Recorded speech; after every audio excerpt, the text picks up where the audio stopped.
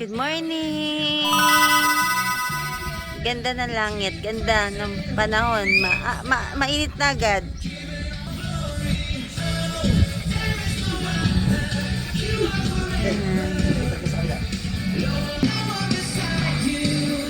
Tapos din agad si Pepper.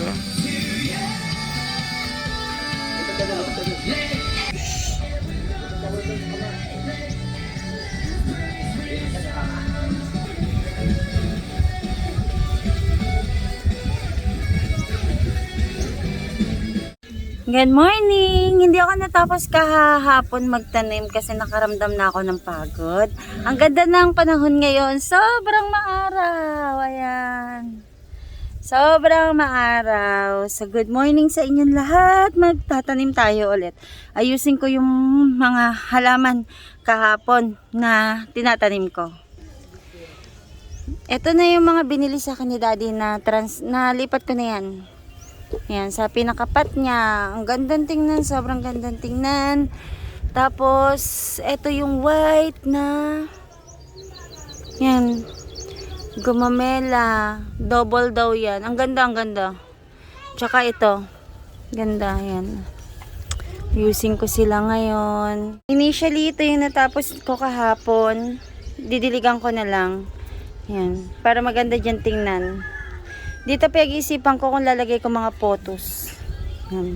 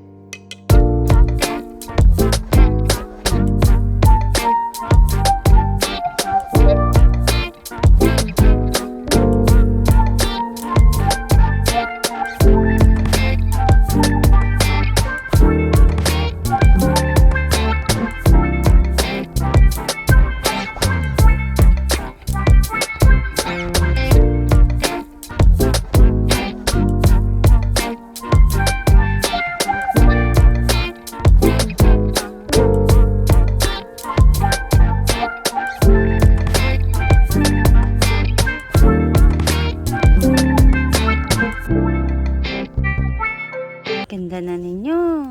Ewan ko lang.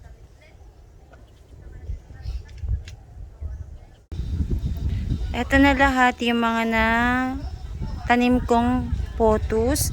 Dalawang klaseng variety siya. Yung isa ganito yung hitsura, yung medyo pabilog yung kanyang, yung heart niya medyo pabilog. Tapos yung isa, actually pinagmix ko eh. Yung isa parang pahaba yung pagka-heart niya. Ayan, ito yung malaking klase ng photos na may mas malaki pa nito dun sa bahay, sa kasunduan. Mas malaki pa sa kamay ko yung dahon. So, ibang ano yun? Parang small, medium, large yung kanyang variety. So, ayan na sila. Ito, pahaba to eh. Pahaba yung pagka-heart niya. Ito din. Ayan. So, ibang variety sila pero pare-parehas lang photos. Hindi pa ako tapos. Ang next ko na itatanim is yung bougainvillea. Ayan. Medyo marami pa. Pero dito sa part na to, ang ganda talaga eh. Gandang-ganda ako dito eh. Ang gandang tingnan. Tapos dito, ayan, puro mga ganito. Hindi ko alam kung anong tawag dito. Yung sa mga ganitong halaman. Tatlong klaseng variety to. Parang yung ganito, parang stripe lang. Tapos ito yung sobrang daming stripe. Tapos ito iba talaga totally ang kulay. Tapos ito iba to, kaso konti lang ganito ko eh. Ito nga lang eh. Susubukan ko magparami yan. Tapos, ayan, naglagay ako ng pinaka-center na photos dito. Ayan, ipit natin dito. Kasi humahangin. Ayan. Tapos ito, parang alternate ang ginawa ko. Ito, almost pare-parehas ang kulay. Ang gandang tingnan, lalo na sa malayuan. Ayan, ito medyo may pagka-light yung purple. Parang purple pink, parang ganon. Ito, nagmamaroon siya eh. Yan, nagmamaroon yung pinaka-purple niya. Ayan siya. Alternate. Isang ganyan, isang ganito, isang ganyan, tapos isang ganyan. And so on and so forth. Tapos dito, ang ganda na din, no? Paramihin ko yan. Ito guys, malaki talaga to. Pero, nung nilipat ko kasi, parang naglaga siya. So, try kong lumaki. Meron na namumulaklak doon, no? Mas gusto niya kasi sa lilim. Kaya nilagay ko lang siya dyan sa tago. Meron pa nga yan dito eh. Ayan. Ito namatay na paglaruan ng mga pusa. Ito guys, sobrang laki dahon nito. Pag tumuloy-tuloy ito, malagpas pa sa kamay ko yung laki ng, yung taba talaga ng ano yan. Ayan, bulaklak. Ayan. Ayan, ito yung rose ko. Tumuloy ka na rose ha. Ayan. Magluluto muna ako ng aming tanghalian, pananghalian. Meron ako nilabas na isda. Yung ating ilaw. Yan, madilim kasi. Yan. Ito yung nilabas kong isda. Yan. Yan. Yan, medyo hindi pa din talaga. Pero malapit-lapit na. Medyo malambot na siya. So, kailangan talaga kasi lumambot siya ng mabuti para ano, maluto siya hanggang pinakaloob-loob. Pero mag-start na ako. Para mabilis, kailangan kong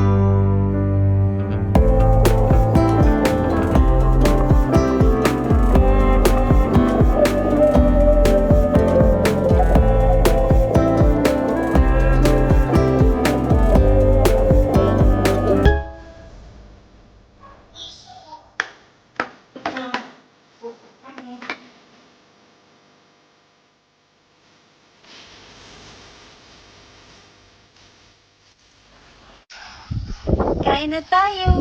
Ito na yung niluto nating malaking isda. Hindi ko din alam kung anong tawag dun sa isda. Pero ito yung recipe natin para sa kanya. Naputol yung buntot eh. Kain na tayo. Sarap na pang himagas oh. Meron tayong na-harvest na dalawang malaking, ayan, malaking pineapple. Ito pwede na to eh. Ito malapit na din. Ganda, laki. Hapon na naman, malapit na kaming umuwi and pero dito na kami magdi-dinner para pag umuwi. Para pag umuwi kami, hindi siya ma-traffic. Kasi kapag umalis kami ng ganitong oras, jam na siya. So, mata-traffic na kami. Kaya, mamaya na lang. Magpiprepare na ako ng aming dinner at ako ay magluluto ng chicken. Si Kel, nagkukook siya ng food niya. Ang grape, ano? Ano yung grapes? Ano Ang yun? grape ay vines. Tama ka. Nag-grow siya pataas, kaya yung may ano yan, may sasariling ano yan, pang-grow. Diba, may square dito.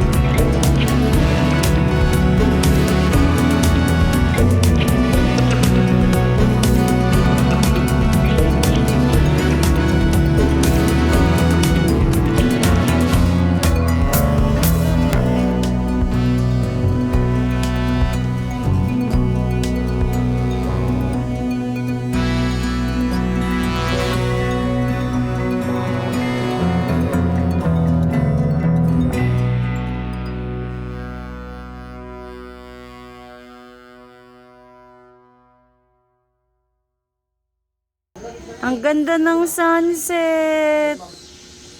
Napakaganda, hapon na naman. Ang ganda ng langit. Ayan.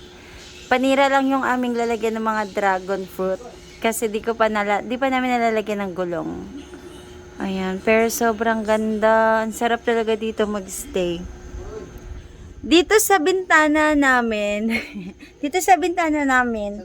pagbukas mo ng bintana, meron ditong, pineapple. Yan. Medyo madilim na kasi sa labas. So, ayan yan. Meron pa doon. Diyan. Halos lahat. Ayan, doon. Dami.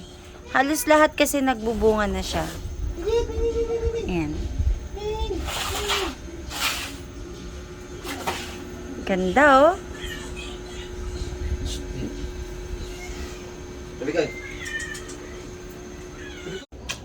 Buhay yan, di umupo eh. Kulang sa honey.